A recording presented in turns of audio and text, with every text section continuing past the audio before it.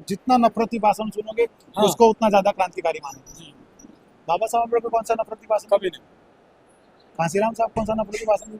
75 जिले में घूमा तो मैं मुझे एक चीज देखी कि यहाँ लोग आज भी रोटी और नमक खाकर भी बसपा के लिए भाजपा को खत्म करना चाहता हूँ।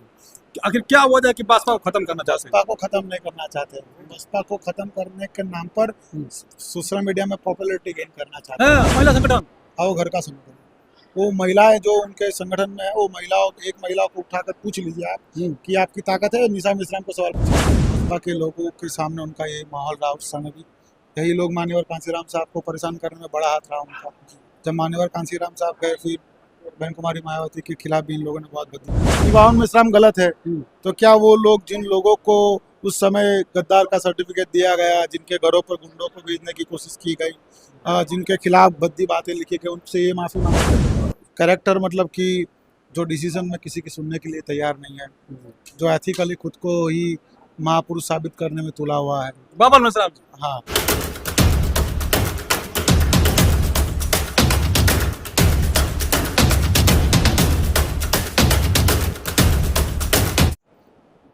नमस्कार दोस्तों, मेरा नाम गीजा प्रसाद। अब देखना शुरू कर चुके हैं बदलते भारत। बदलते भारत की कोशिश रहती है कि हर रोज एक नई तस्वीर लाएं, जिसमें आज एडवोकेट अरुण जोगरिया जी को लाया हूँ मैं। और कारण क्या है बता दूं कि जितने भी संगठन बन रहे हैं और उस संगठन में भी कहीं ना कहीं संगठन बनते हुए जा रहा है, आखिर वजह क्या है। और खास कर मैं बता दूं मैं कि बावन मिश्राम के जो बाम सेफ है, उसी संगठन से निकले हुए लोग हैं, अलग अलग संगठन बना रहे हैं। आखिर क्या वजह है कि आपस में फूट होते हुए नजर आ रहा है, उसी पे चर्चा करेंगे। अरुण जोगरिया जी से बात करेंगे, थोड़ा सा क्या प्रतिक्रिया था कमेंट करके बताएगा। बदलते बात पे स्वागत है सर। आभार आपका। सर, आप कभी बाम सेप में हुआ करते थे, अब बाम सेप में निकलने का कारण क्या है आपको पर? नहीं, बामसेफ में हम हुआ करते थे। जी। बामसेफ से निकलने का सबसे बड़ा कारण ये था कि जहाँ हम लोग स्वाभिमान की लड़ाई लड़ रहे हैं, अगर वहाँ आपका स्वाभिमान छीना जा रहा है तो वहाँ रुकने की कोई ज़रूरत नहीं है। दूसरी बात थी कि कैरेक्टर को लेकर भी नेतृत्व पर बहुत सारे सवाल उठ रहे थे उस समय भी कैसा करेक्टर? कि कोई प्रॉपर्टी ये नहीं हाँ, है, वो प्रॉपर्टी नहीं है। तो गाड़ियाँ हैं। उनको भारत मुक्ति मोर्चा का जो उनका एक संगठन है, उसका अकाउंट की डिटेल है सार्वजनिक करनी चाहिए। कैरेक्टर मतलब कि जो डिसीजन में किसी की सुनने के लिए तैयार नहीं है, जो एथिकली खुद को ही महापुरुष साबित करने में तुला हुआ है। बाबा मिश्रा जी। हाँ जी। नाम क्या लेना उनका। उनकी पत्नी जो है, पत्नी के अंडरग्राउंड में ये सारा संगठन चलाने की कोशिश की जा रही है। तो सिद्धांतों से जब विमुक्ति हुई तो हम लोग वहाँ से निकल गए। सिद्धांतों को लेकर हम बामसेप में थे। और बामसेप जो है वो वामन मिश्रा की प्रॉपर्टी नहीं है। ठीक है, उन्होंने अपना गुट जो है उनको अपनी प्रॉपर्टी बना दिया है, लेकिन हम लोग जब जुड़े थे तो सिद्धांतों को लेकर जुड़े थे। जब हमें लगा कि सिद्धांतों के विपरीत काम हो रहा है और यहाँ रुकना अब समाज को नुकसान करना होगा, तो हम लोग वहाँ से अपना अलग रास्ता कर लिए। और अभी हम लोग कोई संगठन नहीं बनाया है, अभी हम लोग ग्राउंड पर धीरे धीरे काम कर रहे हैं। अच्छा, क्या लगता है कि आखिर वामन मिश्रा के जो बाम सेप से लोग क्यों निकल रहे हैं? क्योंकि अभी एक नया नाम आया विलास खरात जी का, जो उसमें बहुत चर्चित चेहरा है, वो भी संगठन छोड़ चुके हैं। देखिए, विलास खरात का तो विलास खरात को ही पूछना चाहिए जी। लेकिन जो चीज़ मैं देख पा रहा हूँ तो ये सारे लोग जो अभी निकल रहे हैं, यही लोग जो थे उस समय जब लोगों ने आवाज़ उठाई थी, तब उनको गद्दार का सर्टिफिकेट देने में इन लोगों का बड़ा रोल रहा है। यही लोग वामन मिश्राम के द्वारा जो करतूतें चलाई जाती थी उसके अंदर बड़े पैमाने पर ये लोग उसमें सहभागी थे। आज ये लोग ये कबूल कर रहे हैं कि वामन मिश्राम गलत है तो क्या वो लोग जिन लोगों को उस समय गद्दार का सर्टिफिकेट दिया गया, जिनके घरों पर गुंडों को भेजने की कोशिश की गई, जिनके खिलाफ भद्दी बातें लिखी गई, उनसे ये माफ़ी मांगेगा पहले? विलास खरात, हाँ, वो माफ़ी मांगेगा क्या? तो ये सारी बातें जो है, अब वो जो है ये तो अभी उनका अंदरूनी झगड़ा हुआ है, ऐसा समझ के हमें चलना पड़ेगा। मूलतः बात क्या है? मूलतः बात यह है कि वामन मिश्राम गुट जो है वो सिद्धांतों से अलग होगा। सिद्धांत तो उसमें नहीं है। हाँ, मैं ये ज़रूर कहूँगा कि ज़मीनी कार्यकर्ता जो अभी भी ज़मीन पर काम कर रहे हैं वो ईमानदार है। वो अभी भी आशा लगा के बैठे हैं कि इनके अलावा ऑप्शन नहीं है, लेकिन इनको यही समझाया जाता है कैडर में कि हमारे अलावा ऑप्शन क्या है। ये मेरी बात मैं पूरी करना चाहूँगा। ये चीज़ जो सिद्धांत है ना कि इनके अलावा क्या ऑप्शन है, ये राजनीतिक स्तर पर सही हो सकता है क्योंकि राजनीति में करोड़ों नंबर्स के साथ आप चलते होते हैं। सामाजिक स्तर पर तो नैतिकता, ईमानदारी इम्पोर्टेंट होती है, संख्या महत्व नहीं रखती है। तो जो जमीन पर उनके लोग काम कर रहे हैं उसमें वो मान सकते हैं कि कुछ लोग उनके ज़्यादा भक्त होंगे, लेकिन कुछ लोग ईमानदार भी है। लेकिन वो ऐसी आशा लगा के बैठे हैं कि इनके चलो ऑप्शन क्या है। सोशल मीडिया के जरिए लोग ये कह रहे हैं कि बामन मेश्राम जितने भी फंड का पैसा आ रहा है ग्राउंड से एकदम, वो पैसा का इस्तेमाल केवल पर्सनल खर्चा में कर रहे हैं। होता है, वो होता है, वो हो ही रहा है। हम्म, उनके नाम पर वो कह रहे हैं कि कोई प्रॉपर्टी ये नहीं हाँ, है, वो प्रॉपर्टी नहीं है।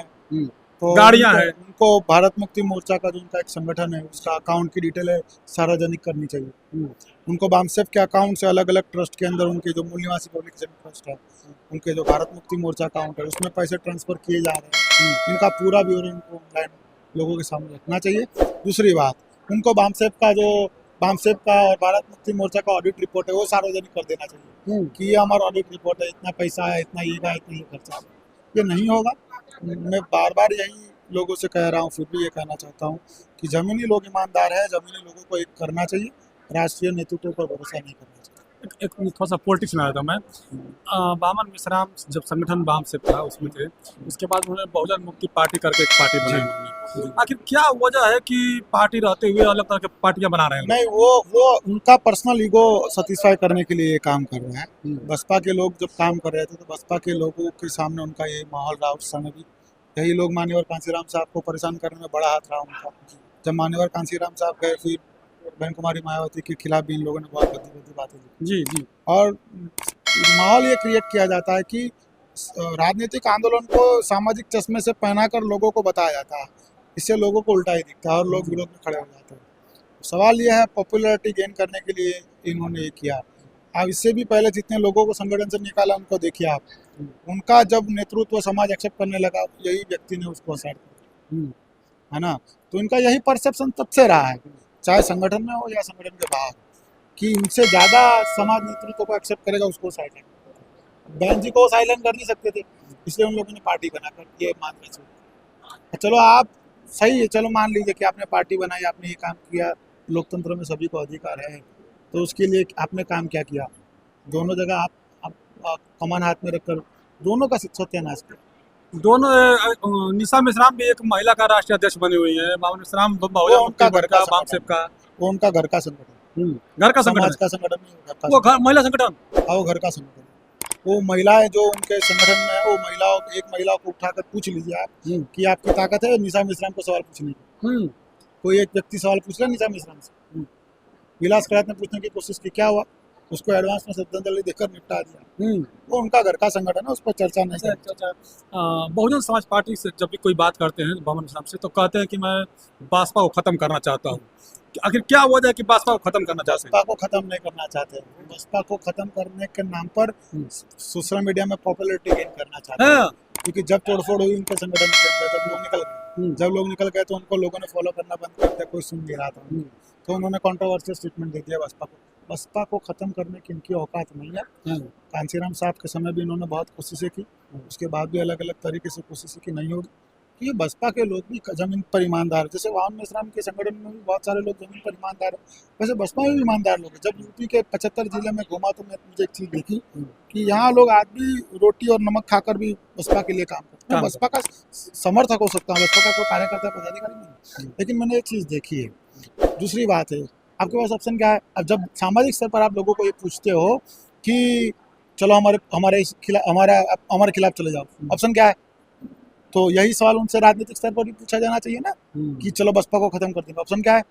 तुम एक कॉर्पोरेटर चुनवा के लेके आओ अपने महाराष्ट्र में। गुजरात में 2 कॉर्पोरेटर है, वो तो उनकी मेहनत के बदौलत है, उनका खुद का चेहरा।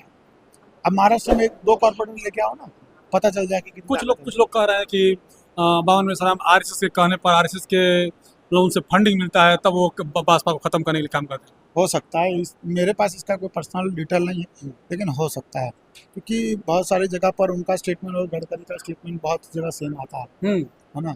तो वो सारी चीज़ें हो सकती है, लेकिन मेन चीज़ क्या है, बामसेफ संगठन जो था, कांसीराम साहब ने बामसेफ संगठन को जमीन के अंदर वाला संगठन बनाया था। बताइए आरएसएस का सूरत जिला का प्रमुख कौन? बताइए, आप बताइए, पत्रकार आप तो घूमते हैं, पता है? मुझे भी नहीं पता। उप प्रमुख कौन है? बताइए आरएसएस के साल में कितने कार्यक्रम हुए? कार्यक्रम तो बहुत हो रहा है। नहीं, आरएसएस के नाम से कार्यक्रम उसकी जानकारी आपको नहीं। तो यही तो अंडरग्राउंड काम है। बामसेफ का यही काम था, अंडरग्राउंड काम था। कौन कर रहा है, कैसे कर रहा है, पता भी नहीं चलेगा, और वो बैकिंग पावर तैयार होकर समाज के अंदर वो एनर्जी को डाइवर्ट करेगा। इन लोगों ने ये जो जमीन के अंदर की जो खेती थी उसको जमीन के बाहर बाहर लाकर ला दी। खराब कर दी। तो ये चीज़ हम लोगों को बहुत बाद में पता चली, ठीक है, लेकिन ये चीज़ें हमें समझनी होगी कि ये सारा माहौल जो ये किया जा रहा है वो जानबूझकर मूवमेंट को डाइवर्सिफिकेट करने के लिए किया जा रहा है। दूसरी बात, समाज के अंदर एक और बड़ी चीज़ को डाला जा रहा है कि जितना नफरती भाषण सुनोगे हाँ। उसको उतना ज़्यादा क्रांतिकारी मानोगे। बाबा साहब अम्बेडकर कौन सा नफरती भाषण, कभी नहीं। कांसीराम साहब कौन सा नफरती भाषण देते थे, बुद्ध कौन सा नफरती भाषण देते थे। अब तो और नया तरीका है, जो बुद्ध की क्रांति जो थी वो नफरत के खिलाफ की क्रांति थी, वही धम्म को अब नफरत के बलबूते पर बढ़ाने का काम तो ये खत्म करेंगे। कुछ लोग कह रहे हैं कि नाम ले लेकर के और जो है कि बुद्ध का वही तो मैं कह रहा हूँ, ऐसी जो बातें इंडोर होनी चाहिए उस बातों को माइक से कहने के कारण शेड्यूल कास्ट, मुख्य तौर पर शेड्यूल कास्ट, वो सामाजिक स्तर पर, राजनीतिक स्तर पर, धार्मिक स्तर पर और आर्थिक स्तर पर अनाथ हुआ। ऐसी जो चीज़ें इंडोर लोगों को कैडर के माध्यम से समझाने की जरूरत थी, उस चीज़ों को जाहिर मंचों से बोल बोलकर अपने ही लोगों को दुश्मन बनाने का काम करवाया। हम लोग भी उसके बागी रहे, जब समझ में आया तो निकल गए। तो ये मुख्य कारण था, ये मुख्य रीज़न था, और उसी के कारण ये सारी समस्याएं आती थी, इसीलिए हम लोग ने काम से छोड़ा। आज भी हो रहा है, और इन लोगों को देखिए एक चीज़ समझ के चलना होगा कि उनको भक्त मिलते रहेंगे, उनका कारोबार चलता रहेगा, उनका दुकान चलती रहेगी। समाज को हमें समझाना होगा कि जो ग्राउंड लेवल पर ईमानदार लोग हैं वो अपनी ज़िंदगी बर्बाद ना करें, ऐसी कोई चंगुलों में ना आए, और सामाजिक मूवमेंट को आगे बढ़ाने के लिए काम करें। और दूसरी एक बात, सोशल मीडिया में जो बहुत सारे लोग उनके समर्थन में, उनके विरोध में लिख रहे हैं, हम लोगों को उनके विरोध में लिखना बंद कर देना चाहिए। मेरा मानना है कि जो व्यक्तिगत तौर पर जिनका चरित्र मरा हुआ है, वो मरे हुए व्यक्ति के खिलाफ बहुत ज़्यादा बोलने लिखने की जरूरत नहीं। उनके खिलाफ जितना लोगों को वो समाज में जाकर भक्त पैदा करेंगे, सिंपैथी गेन करेंगे। तो देखो ये समाज के लिए इतना सारा संघर्ष किया है, अब मुझे गाली पड़ रही है, और वो ये भी बताएंगे कि हर महापुरुषों को ये हुआ था, हमें भी हो रहा है। हमें भी हो रहा है। मतलब हम महापुरुष किस तरह नहीं जैसा, तो हम लोगों को ऐसे लोगों को इग्नोर कर काम आगे बढ़ाना चाहिए, और ऐसे लोगों के खिलाफ ना लिखना चाहिए, ना बोलना चाहिए, उनको इग्नोर करना चाहिए, तो ही इनका काम होगा। अगर हम इनके खिलाफ ज़्यादा लिखेंगे तो इतना ज़्यादा सिंपैथी गेन करके समाज से वापस धोखाधड़ी का काम करेंगे। शुक्रिया सर। आभार। तो देखिए ये लोग अरुण जोगड़िया जी हैं, उन्होंने बामन मेश्राम को मैं तो कहूँ कि एकदम से खुला समर्थन की धुलाई कर रहे हैं। जिस तरह से चाहे विलास खरात भी अभी निकल चुके हैं संगठन छोड़ करके या पार्टी छोड़ करके, तमाम लोग जो है कि बामन मेश्राम के खिलाफ हो चुके हैं, और नतीजा यह है कि कहीं ना कहीं बामन मेश्राम की एक गलतियाँ, इसको भुगतान उन्हें भुगतना पड़ेगा। जैसे लोग संगठन से बारी बारी करके निकल रहे हैं और बसपा को ख़त्म करने की बात करते हैं। तमाम तरह के संगठन है जिसकी वो ज़्यादा करके अटैक करते हैं। तो आप लोग कैसे देखते हैं बामन मेश्राम की जो प्रतिक्रिया है अरुण जोगड़िया की जो बातों से, कमेंट का जरूर बताइएगा। बदलते बातें पहली बार है तो चैनल को सब्सक्राइब कीजिए, लाइक कीजिए, वीडियो को ज़्यादा लोगों तक शेयर कीजिए